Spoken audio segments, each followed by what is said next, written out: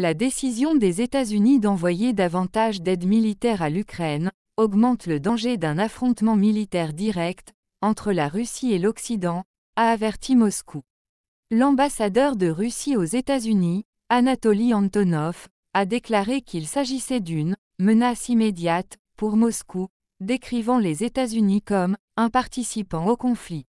Auparavant, les États-Unis avaient annoncé une aide militaire supplémentaire de 625 millions de dollars, 547 millions de livres sterling, à l'Ukraine. L'armement avancé des États-Unis a été crédité d'avoir aidé l'Ukraine à créer un élan contre les forces d'occupation russes. Les troupes ukrainiennes ont fait des avancées significatives dans le nord-est et le sud du pays ces dernières semaines. Le dernier matériel américain comprend 4 autres systèmes de fusées multiples HIMARS de haute précision. Au total, Washington a engagé près de 17 milliards de dollars de soutien militaire à Kyiv depuis que le président russe Vladimir Poutine a envahi l'Ukraine le 24 février. Dans une déclaration jeudi, M. Antonov a averti que la décision américaine de continuer à pomper le régime de Kyiv avec des armes lourdes ne fait que garantir le statut de Washington en tant que participant au conflit. Il a déclaré que cela entraînerait une effusion de sang prolongée et de nouvelles victimes.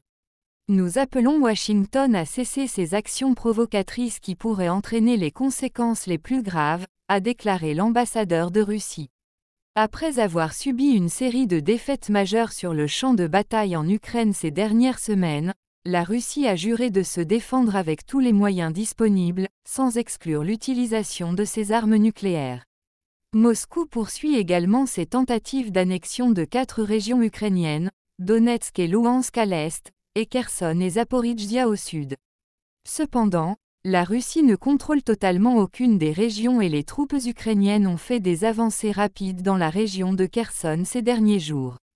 L'avertissement de M. Antonov intervient peu de temps après que le président américain Joe Biden et le vice-président Kamala Harris ont discuté de la poursuite de la coopération militaire avec le président ukrainien Volodymyr Zelensky.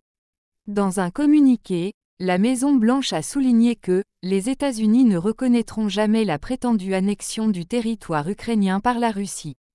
Le président Biden s'est engagé à continuer de soutenir l'Ukraine alors qu'elle se défend contre l'agression russe aussi longtemps qu'il le faudra. Le communiqué indique que le nouveau programme d'aide militaire comprend des HIMARS, des systèmes d'artillerie et des munitions, et des véhicules blindés. Le système de roquettes d'artillerie à haute mobilité HIMARS de fabrication américaine a été utilisé pour frapper des cibles russes telles que des postes de commandement et des dépôts de munitions.